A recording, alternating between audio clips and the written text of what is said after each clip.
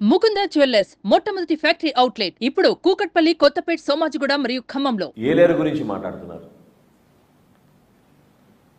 కూటమి ప్రభుత్వం ఏర్పడిన వెంటనే ఉప ముఖ్యమంత్రి గారు పవన్ కళ్యాణ్ గారు అధికార యంత్రాంగాన్ని సమావేశపరిచి జిల్లా కలెక్టర్ గారి ద్వారా ఆధునీకరణ కోసం చేయాల్సిన కార్యక్రమాల గురించి ఆయన సమావేశం ఏర్పాటు చేసుకుని ప్రణాళిక సిద్ధం చేశారు.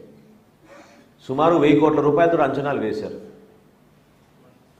మరి మీ 5 సంవత్సరాల్లో ఎందుకు మీరు పని చేయలేకపోతున్నారంటే, ఎందుకు చేయలేదని అంటే విచిత్రమైన సమాధానం ఏంటంటే వర్షాలు ఎక్కువ పడ్డాయంట. అసలు స్పందించే మనస్తత్వం ఏది మీలో నేను అడుగుతున్నాను. మీరు ఎప్పుడైనా మీ జేబులోంచి 1 లక్ష రూపాయలు తీసేవరకని ఇచ్చారా? సామాన్యుడు ఇబ్బంది పడుతుంటే మీరు పరదాలు కట్టుకుని తిరిగారే ఆ రోజుల్లో. మ్యాన్ మేడ్ డిజాస్టర్ అంటే అద్భుతమైన ఉదాహరణ అన్నమయ్య ప్రాజెక్ట్. కేవలం మీ ఇసుక దోపిడీ కోసం గేట్లు ఎత్తకుండా 24 మంది బలైపోతే, 38 మంది ఆచూకీ ఈ రోజుకు తెలియకపోతే, 12 రోజుల తర్వాత సొంత జిల్లాలో ముఖ్యమంత్రి గారు పర్యటించారు. 12 రోజుల తర్వాత 5 సెంట్లు భూమి ఇచ్చి మీకు 4 రోజుల్లోనే ఇల్లు కట్టే కార్యక్రమం ప్రారంభించి నేనే వచ్చి మీకు తాళాలు ఇస్తా అన్నాడు. ఇది ఎప్పుడు 2021లో ఆయన ముఖ్యమంత్రిగా దిగిపోయే రోజు వరకు కూడా ఇల్లులు అక్కడ పూర్తి కాలేదు. ఏ ఒక్కరికి తాళం ఇవ్వలేదు. ఈయన మాట్లాడతాడు మ్యాన్ మేడ్ డిజాస్టర్ అని. అన్నమయ్య ప్రాజెక్టు ఏ విధంగా కూలిపోయిందో దానికన్నా మ్యాన్ మేడ్ డిజాస్టర్ ఏముంటుంది చెప్పండి.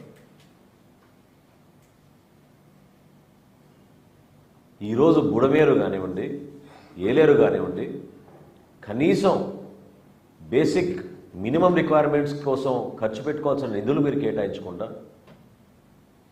అస్తవ్యస్తంగా వదిలేసి అక్కడున్న ఇబ్బందుల గురించి మీకు అవగాహన లేక కేవలం రాజకీయ కోణం నుంచే ప్రతి క్షణం మీరు మాట్లాడుతుంటే దాన్ని తీవ్రంగా మనం అందరం కూడా ఖండించాల్సిన అవసరం ఉంది.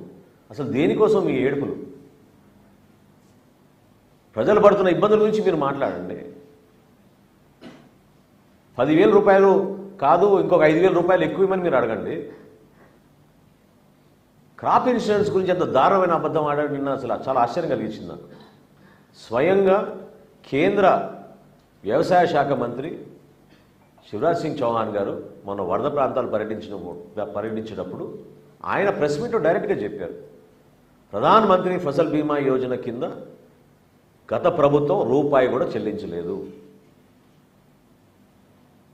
2020 ఖరీఫ్ నుంచి ఏ రైతు కోసం మీరు క్రాప్ ఇన్సూరెన్స్ ఇచ్చారో చెప్పమని జగన్మోహన్ రెడ్డి గారిని ఆధారాలతో సహా నేను చూపిస్తాను. మీ 4 సంవత్సరాలు 2020 నుంచి మీ పరిపాలనలో రైతులకు అందించాల్సిన క్రాప్ ఇన్సూరెన్స్ పథకం మీరు ఎక్కడైనా ఇచ్చారా? ఎంతమందికి ఇచ్చారు చెప్పమనండి. రాష్ట్ర ప్రభుత్వం నుంచి రూపాయి చెల్లించలేదని స్వయంగా కేంద్ర మంత్రి మొన్న ప్రకటించారు.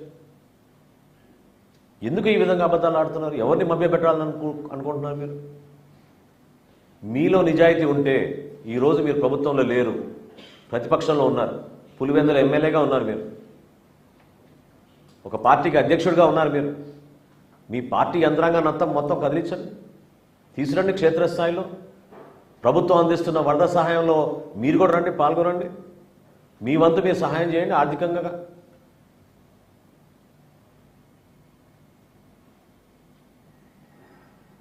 లీడర్ అంటే పవన్ కళ్యాణ్ గారి లాగా స్పందించే మనస్తత్వం ఉండాలి.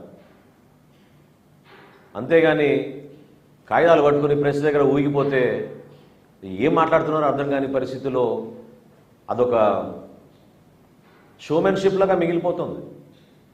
బాధ్యత లేని వ్యక్తులు ఏ విధంగా ప్రవర్తిస్తారో, ఆపదలో కష్టాల్లో ఉన్నప్పుడు ఒక ప్రతిపక్షంలో మీరున్న ఒక పార్టీగా నిలబడాల్సిన బాధ్యత లేదా మీకు?